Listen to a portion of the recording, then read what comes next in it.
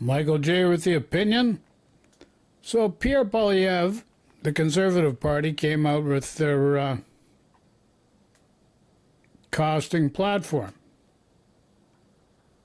And a lot of misrepresentations. No wonder he's taken so long to bring it out. But we're going to start off here with what the real threat to Canada is, and it's still Donald Trump and the United States because of Donald Trump and J.D. Vance and that whole administration. So we're going to pivot now to CNN, and this is dated today, just 8 hours ago. So pay heed to what's going on here. Today, the Dow is seeing a pretty big surge. It's up roughly 2.5 percentage points. The Dow jump happening after Bloomberg reported that Treasury Secretary Scott Bessent told investors behind closed doors that he expects the United States trade war with China to de-escalate. Joining us now is Nick Timmerose.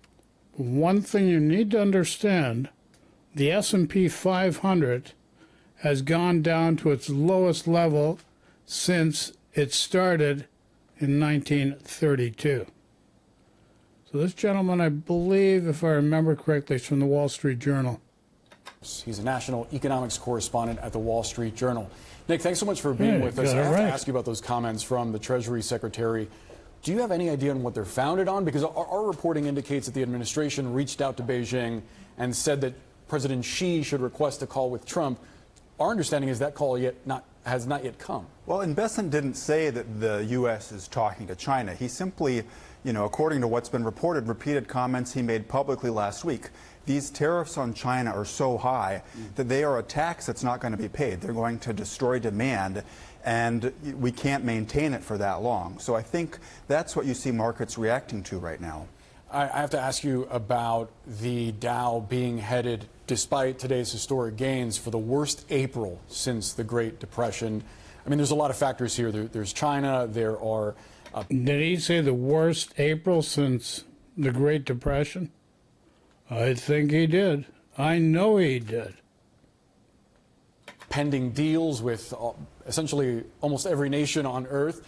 And then there's Trump's attacks on Fed Chair Jerome Powell.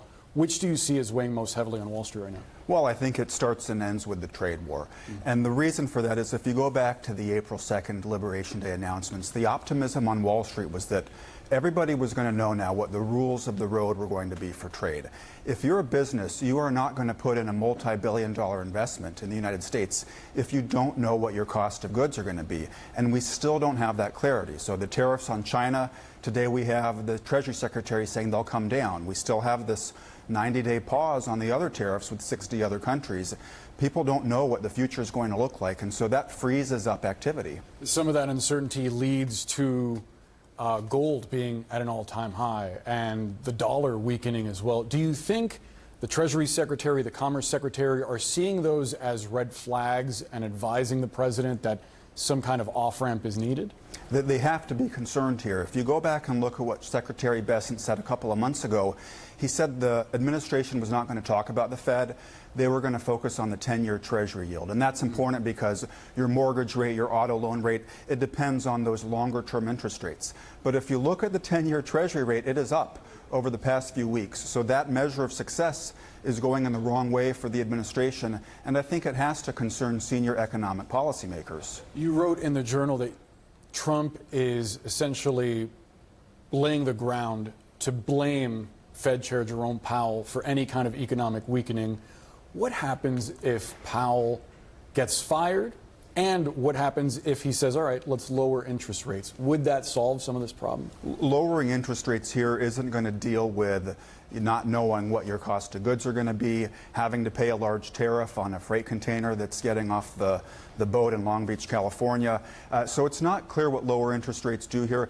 If the president were to try to sack the Fed chair, I think you'd see a huge legal fight, and the market would have a verdict probably before the Supreme Court could get together. And you've been seeing that in the markets in the last couple of days, Boris. We've seen major announcements from a number of U.S. companies talking about either temporarily or possibly permanently installing layoffs and laying people off. I wonder how you think the tariffs are impacting the jobs market. Well, you don't see a lot of layoff announcements yet. Today you had the CEO of Verizon saying, we are going to pass these costs on to consumers. And so I think that's the big question right now is, which do you see first? Do you see prices go up, or do you see companies say, you know what, we're going to have to let people go because this is eating into our margins, this is going to hit our bottom line? Nick Timmerose of the Wall Street Journal, thank you so much for sharing your perspective with us. Appreciate it. Today, there is a rebound on Wall Street. The markets are up nearly 1,000 points, recovering somewhat after another brutal sell-off to start the week. But it is not all good news for the economy. This morning, another flashing red warning light. The International Monetary Fund threw out its global economic predictions from before President Trump launched his global trade war.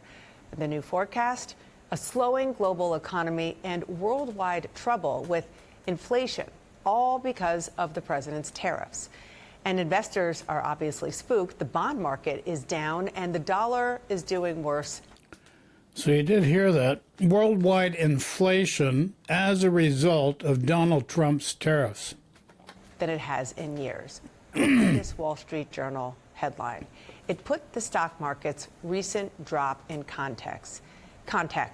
The Dow headed for worst April since 1932 as investors send no confidence signal. My smart reporters are back. Leanne? Yeah. I mean, it's hard to, yes, it's very good news that the stock market is back up, but one day does not a recovery make, and all of these other warning signs are very serious. Yeah, and part of the challenge and maybe the problem is that I'm hearing from sources is all of this was self-inflicted as well. And that is what is so frustrating to members of Congress, to people, to Wall Street. See, self-inflicted. So Trump's doing this on purpose. And you got to understand also that the U.S. dollar is the reserve currency for the world, for trade for the world. And this is disrupting everything around the world right now. So if you think it's not a threat to Canada, our border, we're neighbors. That this didn't have to happen this way. Trump ran on the economy. He's barely talking about the economy now because it's obviously a weakness for him. He's talking instead about deportation and immigration and suing or taking colleges' funding away. And so it's a distraction. Holy crap. Taking college funding away, etc. This sounds like friggin' Pierre Poilievre. Cuts, cuts, cuts. Action to take away what is really happening to people's pocketbooks and people's expenses. But President Biden learned very well before that. You can talk about other things, you can focus on other things, but if people feel the way they feel, that is a reality that can't be changed. You and your colleagues at the National Review wrote something that I want to read to our viewers, an editorial this morning. And what you write is, it's called Trump's War on the Fed, which is very much related to the trade war. Maybe you think Trump's trade policy has merit, or the Federal Reserve needs to be brought more firmly under the president's control. That's a separate question from how real investors with real money in the real world are really reacting to Trump's decisions. Their verdict is clear.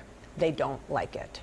That's right. I don't think that investors really around the world are looking at the conduct of U.S. trade policy and how chaotic and volatile it's been and saying we need more of that for U.S. monetary policy, too.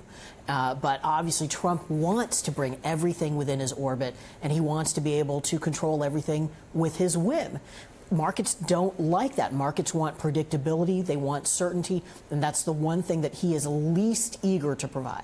Yeah, and of course, what you reference here with the Federal Reserve is the idea that a big part of why there was such a big market sell-off yesterday is because the president woke up and sent off a social media post that was really, really scathing against the Federal Reserve chair, who is supposed to be independent. Right. It's supposed to be an independent institution, but it seems like with the economic frustration that is forecast at this point, that the president is sort of setting the groundwork to blame the Fed, as people are frustrated if consumer prices go up. And we've seen that in the past as well, him saying, well, look, can you bring interest? This would be a good time to bring interest rates down.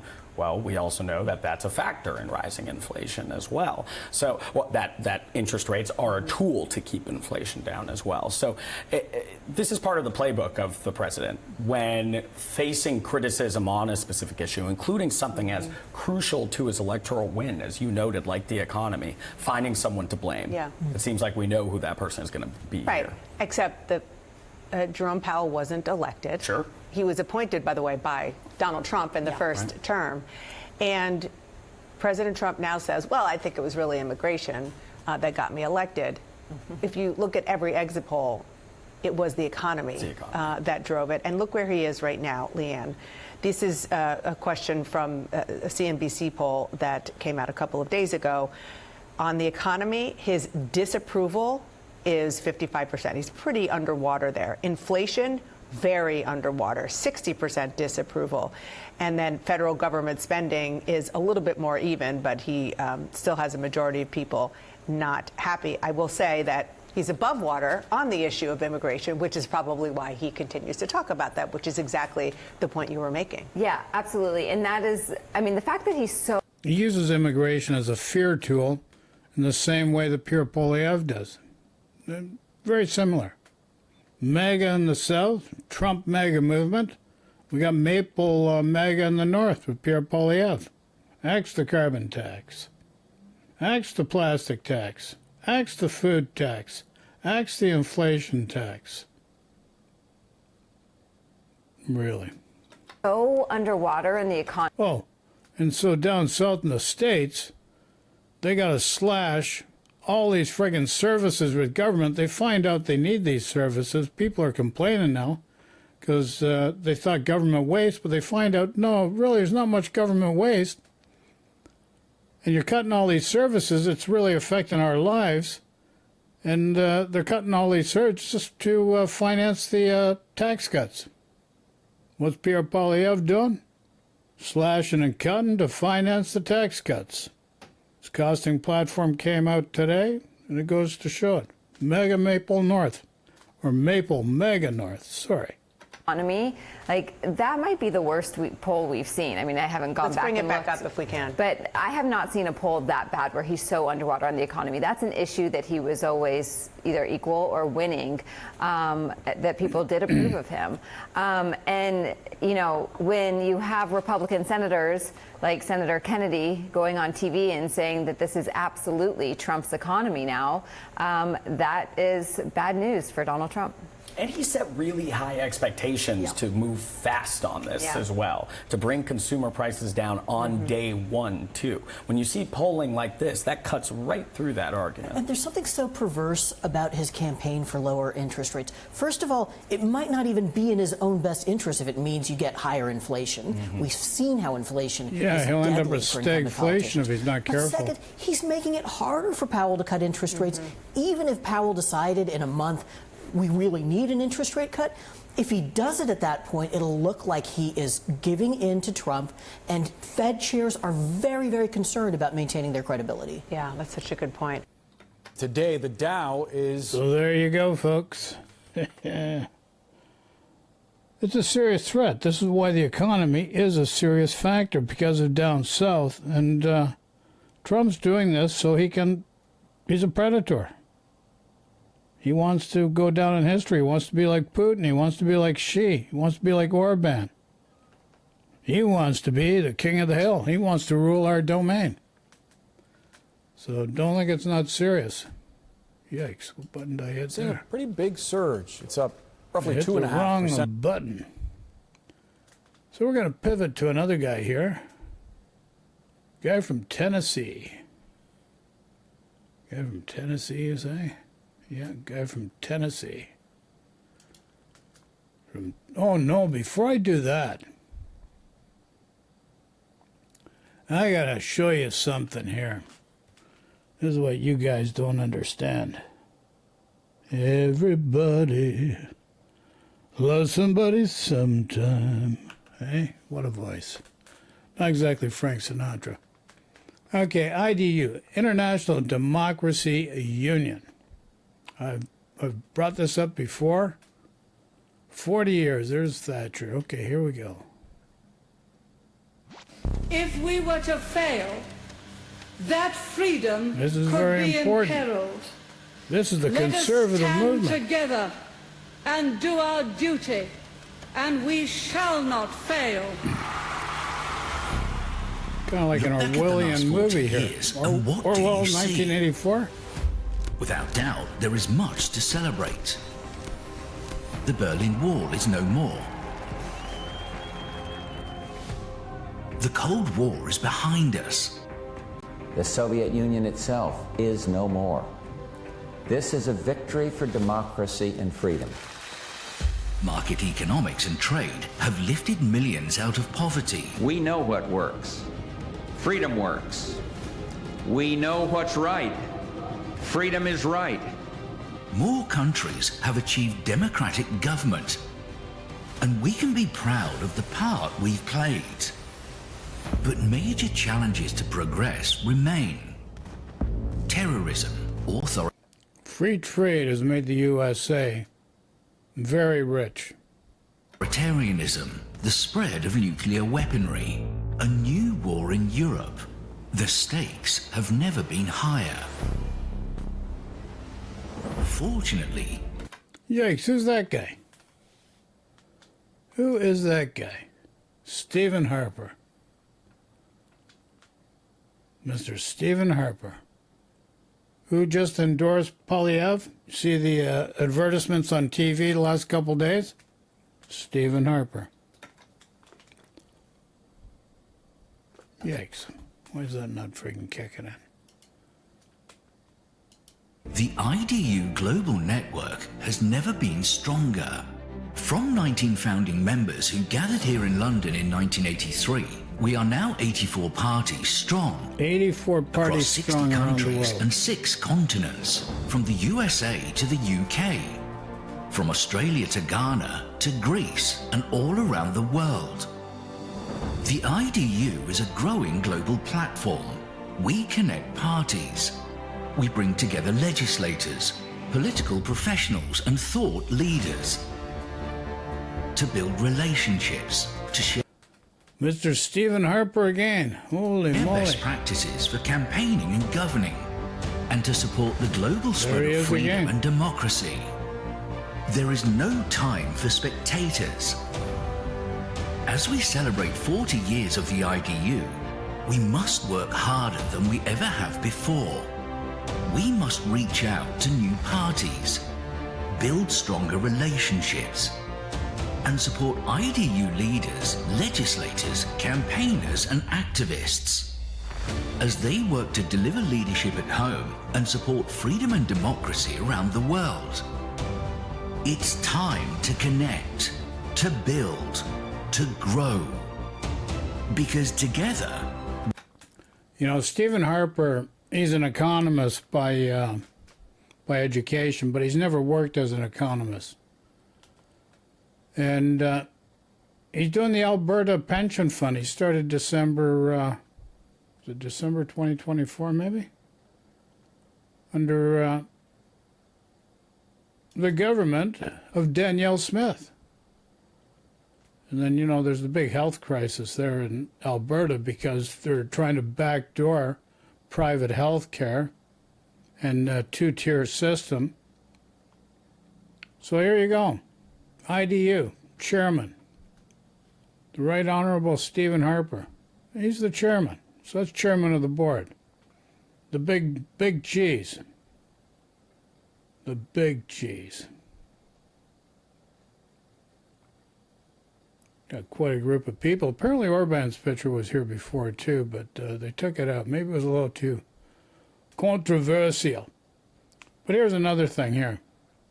Treasurer of the IDU, Christopher J. Fusner, Republican Party USA. Yikes. Republican Party USA. Let's see the scope of the Conservative Party around the world.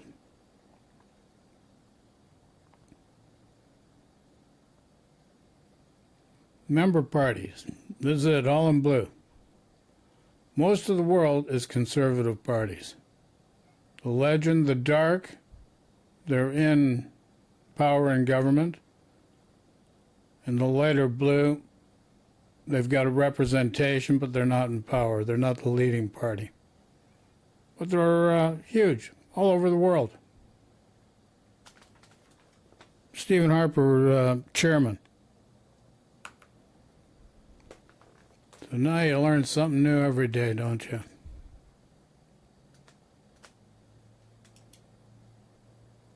How about those egg? How do we get the friggin' egg prices? That's not what we wanted. Not what we wanted. How the frig that happened? Oh well. What are you gonna do? That's not what I had slated. We're gonna move to Tennessee Brando and Tom Hartman. But Tom Hartman first. He's a journalist, done a few books. He's got his own radio show.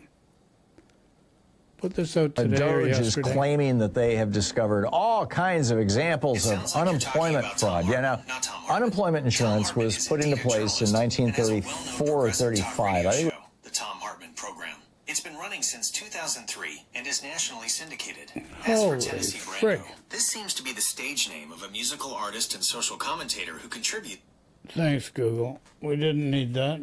Holy moly, I wonder where that came from. I don't have any chatter in my mind, so it wasn't coming from there. it was 35 by Franklin Roosevelt. It was part of the New Deal. And Republicans have hated unemployment insurance ever since then. And the main reason why is because unemployment insurance is paid for by employers. My little company that owns this radio program, this radio TV program, every month we have to pay on every single one of our employees, we have to pay into an unemployment insurance fund so that if one of our employees loses their job and qualifies for unemployment insurance here in the state of Oregon, they can claim against that pool of money that we have accumulated over the 22, 23 years we've been doing the show.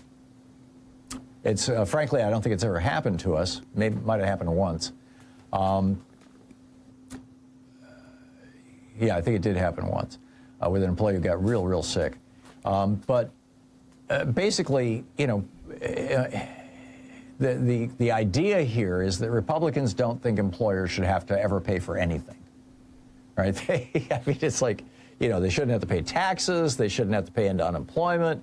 And by the way, unemployment funds help the little people, right? They help the average Joe. They help, they help people who are employed, not the employers. And so Republicans just don't like the little people. Yeah, and you see the similarity with the Conservative Party. So Conservative Party, Republican Party in the States is the Conservative Party. Same thing. If you go back to the days of the Founding Fathers and thereafter, they would have been called Empire Loyalists. And that's where when John A. Macdonald, he was prime minister, he got caught doing a backdoor deal with the contract he gave to the guy he awarded for CP Rail. So what's the thing? He's got to leave the country for 5 years. Where do they go? Went to the United States with the Empire Loyalists. But they don't like working people. They like their billionaires. They like their bankers. Look at George W. Bush bailing out the banksters in 2008.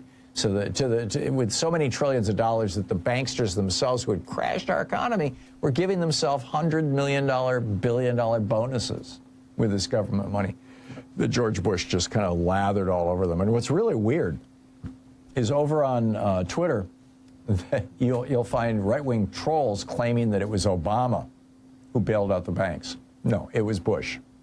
It was at the end of 2008. But anyway, so...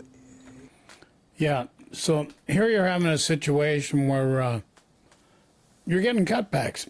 Everything's being cut back by Pierre Poilievre and his costing plan. tax cuts, cutting back. So it's going to squeeze the money supply. Because if he says you increase the money supply, you're going to increase inflation, which is not necessarily true. It will happen if the cost of goods rise way too high, the cost of wages for workers rises too high, and GDP productivity goes down, then you could have a problem. And the thing is, that's why COVID was such a problem, because you still had money from the government to live on, even though there was no gross domestic product, basically. It was basically zero. That's why the inflation spike came into play. Here's Elon Musk and his so-called Department of Government Efficiency. The Guardian's writing about this, Michael. So this is the point of this, Doge. You're seeing the same thing with this new platform that came out today from Pierre Poilievre. I'm going to cut. For every dollar spent, we're going to cut $1.50. You know, all you're doing is strangling yourself financially by doing that. And he says, we'll take care of the pennies because you've got to take care of the pennies. Well, there's a metaphor, there's an old saying that goes back, and this is the old establishment rich, they're real penny pinchers, will say, penny wise, pound foolish. So it's a matter of finding a good balance. It's not a matter of you get caught up in the pennies, you miss the bigger picture. Senato. In one case, claiming someone who had their birthday listed as the year 2154, and Musk says they claim 41,000, or somebody on X claims they got $41,000, and these claims have just swept across right-wing media. Oh my God, there's all kinds of unemployment fraud, and Fox News is on it, Breitbart is on it, and they're all saying Doge found it. Look at this. Look at here's one. Here's another one. It's over $1 billion in unemployment fraud. And that's the same as the YouTube pundits that are partisan conservatives. Exact same thing. Everybody jumps all over it. Even if it's not true, nobody does any research. And it's just like wildfire. And sure enough, there was over $1 billion in unemployment fraud. $1.1 billion to be specific. But it was unemployment fraud that was found by the Biden administration, that was prosecuted by the Biden administration. Over 2,000 people have been convicted of unemployment fraud by the Biden administration. And now you've got Doge running around going, oh yeah, we found these people. Look at this, look at this, look at this. In fact, Biden gave the states $2 billion, distributed across 50 states, to conduct their own unemployment insurance fraud investigations. And that's where they found the 1.1. So there you go, folks. And we're seeing the exact same thing happening here. Maple Mega North, under the leadership of Pierre Poilievre. So, where'd my other one go? Okay, so you've seen the that and that. Dang. Marcellus, yeah. So Ben, he did a thing actually with Charlie Angus.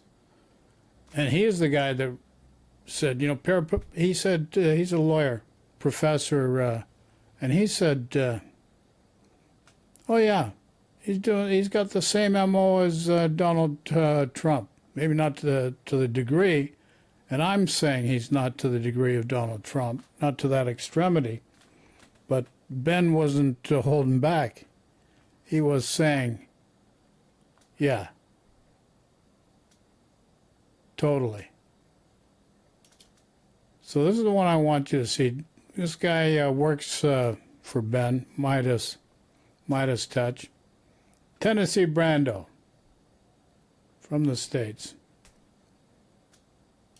This was today, or yesterday, sorry. Well, folks, I have to say, one of the most disheartening parts about this new Trump 2.0, Well, folks, I have to say, one of the most disheartening parts about this new Trump 2.0 regime is not only the way that he has cozied up to dictators, but also the way he just came in and had no regard whatsoever for our allies and was willing to just throw away relationships and friendships and partnerships that we had had for years. People who we've never had a problem with before, he just came in and made it a point to have a problem with them. And I get messages from people every day from all over the country saying, Brando, we're sitting back watching in horror as we see what's happening in your country. And I say back to them, trust me, we're watching with the same amount of concern right now. And we don't want to see our leadership picking fights with our friends. We don't want to see our leadership wrecking the global economy. We don't want to see us ending up in a recession or a depression. We don't want any of those things.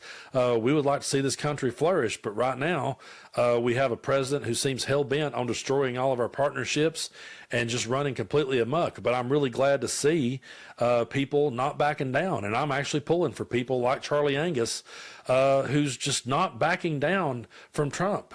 He says that Canada will not back down from Donald Trump. And I'm going to play a couple of his clips here. And again, shout out to my Canadian listeners. I can't blame this guy one bit for what he has to say right here. Take a look.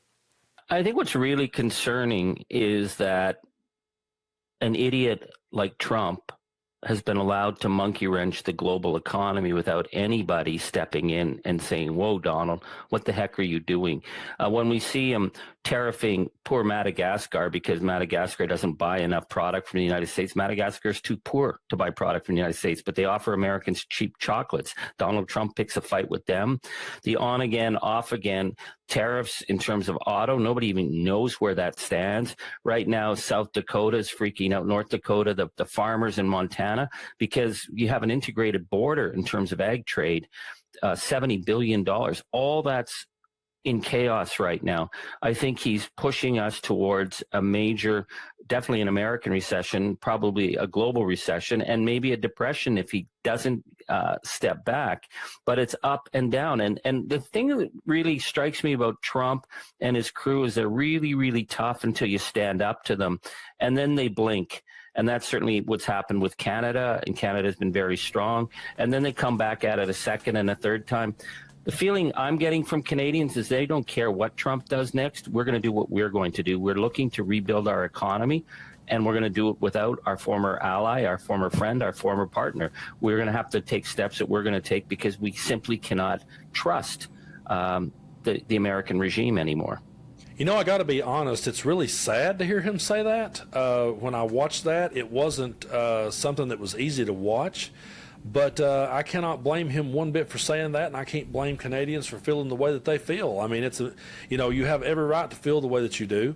The way that Donald Trump has came in and done this whole tariff scheme that he's done, and on again, off again, hot and cold, and yeah, he stands up and screams and gets in people's face till they stand up for themselves, and then he backs down. And then the most frustrating part about all of it is the people here in the States who are still pulling for this type of thing and cheering for it like it's this WWE rhetoric, and they're over here going, yeah, man, they're playing chess, they're playing checkers, and Trump's playing chess. I'm like, no, he's not. He's absolutely ruining so many relationships that we had, and it's just truly disheartening to sit back and watch all this. But I want to play you one more clip from Charlie Angus, and I'm not a Canadian, but he almost makes me proud to be one in this next clip. Take a look. I'm going to say this once, and I might never say it again. I want to thank you. I want to thank you for bringing Canada together. It took such a malignant, narcissistic slug like you to make us put aside all of our differences, all our regional fights, all of our concerns with each other, and realize that we actually had to stand up for something better, which is standing up for the rule of law, standing up for democracy, standing up for decency. And we know that we're on your border, and it freaks you out because you and your incel gang are so freaked out about diversity, equity, inclusion, your DEI nightmare. Well, we are your DEI nightmare, Donald, because Canada is always going to be a country of diversity. We will always be a country of equity. We will always be a country of inclusion, and we will defend the rule of law. And if you want to continue fighting with us, you are going to lose at the end of the day. I'm not saying it's not going to hurt us, but we are true, we are North, we are strong, we are free, and we are ready for this fight, Donald. So make up your mind. quit your fighting on social media with us. Tell us what you're going to do, because we're moving on and we're going to stand and hold the line. You know, I have to say, that is the kind of country that we wanted too. We wanted to see America like that, and we did not want to see Donald Trump get in and just completely destroy everything that we had ever tried so hard to build. I think so much progress was made, and I think that Trump's presidency has drove us back more than 100 years, and they're trying to take us back even further. You know, I see people like Charlie Kirk, who was born in 1993, saying, hey, he wants to go back to the 50s. They don't want to go back to it's not about going back to the 50s. It's not about making anything great again. It's about going back to a time when their kind of people ruled and no one else had any say in anything. They want to divide as many people as they can. They don't want diversity. They don't want equity. They don't want inclusion. They don't want progress. Progress scares the ever-living hell out of them. And that's something that I think more and more people need to understand. They truly are afraid of progress, and they're afraid of change. And they're afraid that, you know, if someone else gets something in this world, that somehow they'll lose theirs. And I've never bought into that. I've never thought that, hey, you know what? If this group of people over here has the same rights as me, I'm somehow going to lose, or I'm going to come out on the losing end of that. I've always wanted to see other people get a fair shake in this world. And I've said this many times on the channel, but I believe this. I'm not saying give people handouts. I'm saying make sure everyone has a hand to play in this world. It's completely crazy to me the way that they want to completely rig the deck against anyone that they disagree with. They want to go back here and they want to cherry pick these ancient books and tell us that we have to live under their interpretation of ancient books. And then they'll take something like the Constitution after they get done just completely bastardizing the Bible all to hell. Then they'll reach over and get the Constitution and they will twist it. And people like Steve Bannon will say out loud, oh, well, we will decide what the Constitution means. We will decide what the term limits are. We'll decide what the Constitution means and what the wording means. What gave them the authority to be that person? Where was the meeting? I missed it. That someone said, oh, yeah, the Steve Bannons of the world and the Charlie Kirks of the world and the Donald Trumps, they get to be the ones that call the shots, and everybody else has to bow to their will. I completely missed that meeting, and I call bullshit, and I don't intend on attending that meeting anytime soon. I sit there and I'm listening to a Canadian and speak, and I'm saying, yeah, that's the kind of America we wanted. That's why we voted against Donald Trump. There's a whole lot of good people down here who did not fall for his bullshit and have not fell for his bullshit. There's also good people who's woke up along the way and realized they were being duped.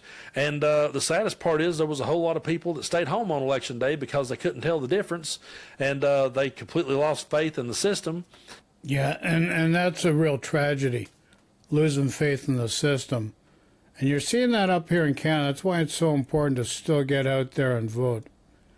Because Trump actually only got between 22 to 24% of the electorate, the vote of the United States. That's all he got. That's all he received, 22 to 24% of the total population.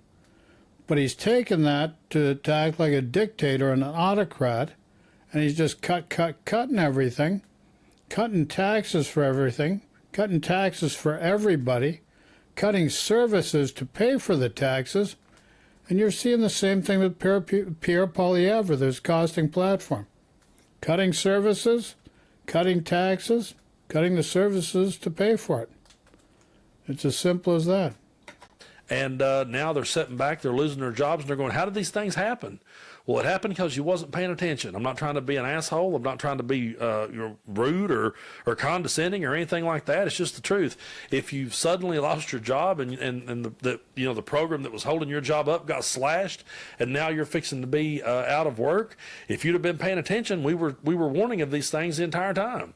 We were sitting here the entire time. So many people that I know, so many networks, so many content creators, so many people on social media was constantly, we made it our daily mission to get up and make videos and say, hey, this is what's happening.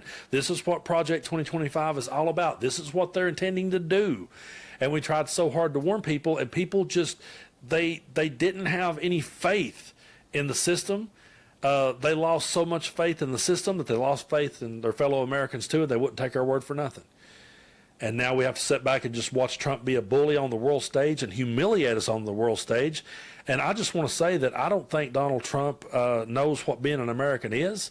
I think that in Donald Trump's mind, it's all about being wealthy and all about who can get rich the quickest. The guy has no understanding of the true American life because he's never lived it. Donald Trump has never lived the true American life. He's lived a life of privilege. He's lived a life of everything being handed to him on a silver platter. He's lived a life of his daddy giving him a small loan and him going out and just conning people and scamming people, and that's all it's about. And he measures success by how rich a person gets. So he doesn't know the American way, and he's absolutely humiliating us. And that's an excellent point, because Pierre Poilievre does not know really the Canadian way, because he's been in politics his whole life. Been in politics his whole life. Well, he's got a salary. He makes $300,000 a year. How many of you out there make $300,000 a year?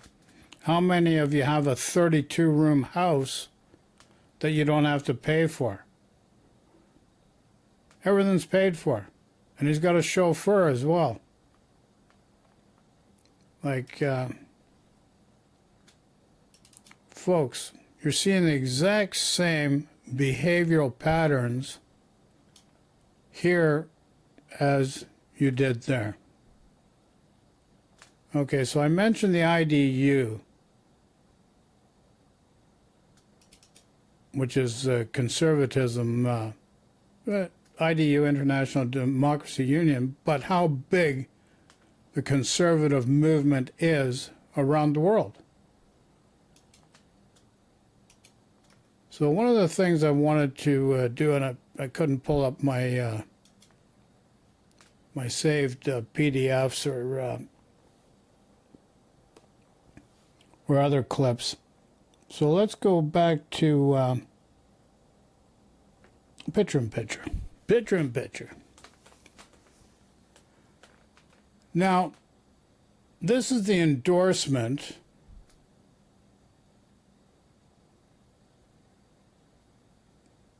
of all the various different magazines, media outlets across pretty much a broad section of Canada, and the endorsements with ownership.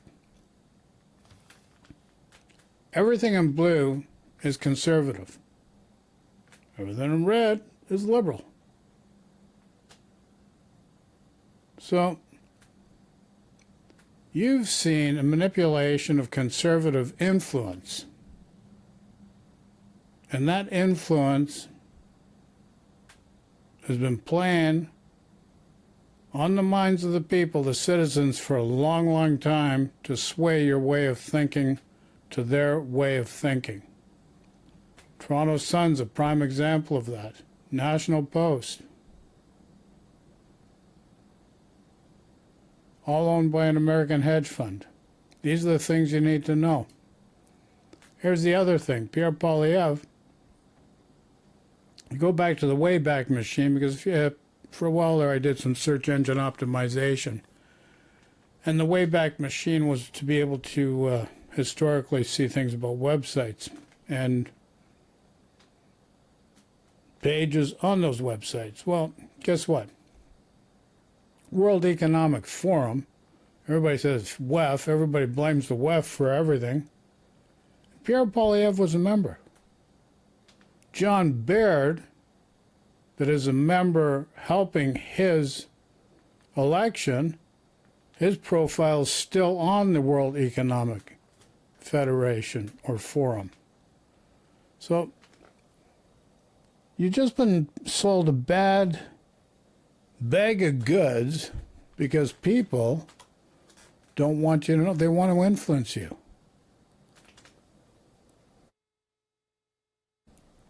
And you shouldn't give away your power to other people like that.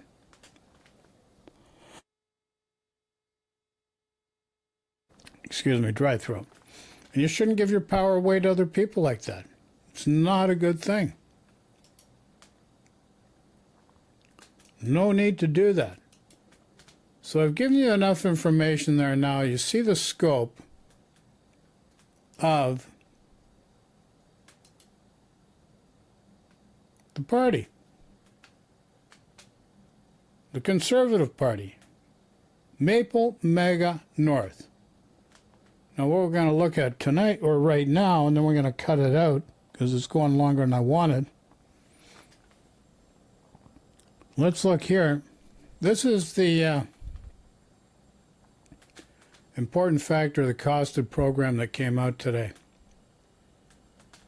And this is Canada Post, or not Canada Post. Actually, this one's global. I had one from Canadian Press before. Poliev reveals platform says government must start pinching pennies. Penny wise, pound foolish. Maple Mega North. So Conservative leader Pierre Poilievre just released his party's election platform. Last guy to do it. And guess what? He's been misrepresenting his platform all along. Doesn't tell you that. He claims that he's going to cut the deficit by 70% by simultaneously lowering income taxes by 15%, which is another misrepresentation, because he's adding revenues into a friggin' budget costing platform. And none of the other ones, it's never been done in the past, only Pierre Poilievre. This guy's desperate. It's amazing what he'll do. So even though he's done that, his platform forecasts $100 billion in deficit over the next 4 years.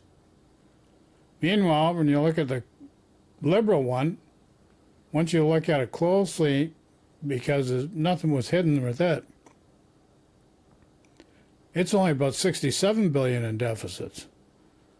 So you got to look a little more closely at things. And then they're counting revenue from counter tariffs and a lot of other things that aren't zero rated, but that's nonetheless what they're doing. But here's the other thing. This is the real gut punch, because that 15% tax cut that was promised to the lower income, larger income is going to get it also. But it's actually 2.25% that you get, not 15%, which would work out to $14 billion a year. But guess what? He never told you this. He says it's going to be phased in over 4 years, so it's all back-end loaded. Like $1 billion the first year, rising to $13.6 billion in 2028, 2029. So if normally at 2.25, it would run $14 billion a year, it's only going to cost $1 billion the first year, and then $13.6 billion in the end of it. So he's really misrepresented. He has not told the truth. And that's one thing I wanted to point out to you. That's a very important factor. All along, oh, Pierre Poilievre, great, great, great. Yeah. Now here's the other thing. So he's cutting the lowest personal income tax rate by 15%, which is really, well, 2.75%, meaning the average worker earning $57K will save $900. For dual income families, saving $1,800 a year. No, you won't. Because even in the last year, you won't. So he's even misrepresented here in his costing platform. Axe the tax to boost the economy and make life affordable for a change. You just seen it. Can show you again. The platform says that 15% is phased in over 4 years.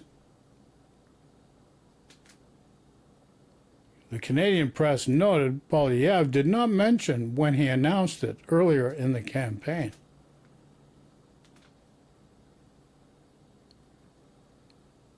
What else did he not announce that you should know about? why it'd be so dangerous to give this guy a notwithstanding clause. Nobody's needed to do it, except for egomaniacs that can't do it using thought, reason, and negotiation. So there's a lot of, you're going to see that this plan is not so great, especially considering the threat from the Americans. Not really good whatsoever, because we're going to have some tough times ahead because of the U.S. But another thing I want to point out to you, and this is, people are so caught up in an old way of thinking. Keep bringing stuff back from the past into the future. It didn't work in the past, but you keep bringing it to the future. If it didn't work in the past, why would you use the same thing to try to make it work in the future? It really doesn't make any sense. But a heterodox macroeconomic theory, which is MMT, modern micro or macroeconomic theory, and this is what I've put on screen for you here now to make you understand. Like, you've been scared the bejesus out of, deficits, deficits, deficits. Well, when you're a sovereign nation, you can do things differently. Now, you can put a lot more money into the system than people realize. But if you don't have the GDP or the increase in GDP to reflect that, then you start running into a problem of inflation. And that's where you use taxing as a way of offsetting that. But it's like everything, it's balancing things. But when you do it this way that I'm showing to you right now, it allows government to fund itself properly and allows people to live properly, takes care of the affordability situation and the housing situation. Just take a little while to get this back in order. Versus the old way of doing things where you're using, cutting the money supply and using interest rates. Didn't work in the past, created where we are now. Everybody wants to blame Trudeau. But we had a worldwide pandemic where productivity and output from every country around the world went in the crapper. People were still getting money because here in Canada, our government made sure that we had money to buy groceries and live on. And because of that, that caused inflation because you had no productivity. That's how inflation works. Which is really sad because a worldwide pandemic, it causes pain and suffering. And then the levers of how you live, the tools that regulate the economy and how you live, which is inflation, penalizes you even further after things start turning around. So this is why we got to do things differently, folks.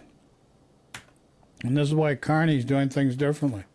But we got a tough road ahead because you got Agent Orange in the South, Agent Orange in the United States, Agent Krasnov, and you'd have to be European to understand that.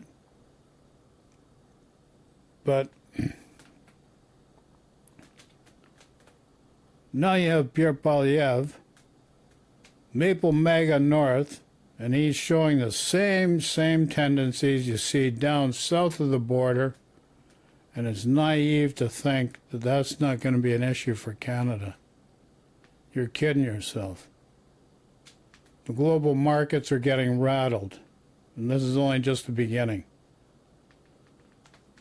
Danielle Smith, take that wine tax off. Instead of this rhetoric and bullshit with Jordan Peterson and, who's that other guy? Mr. Wonderful, Kevin O'Leary.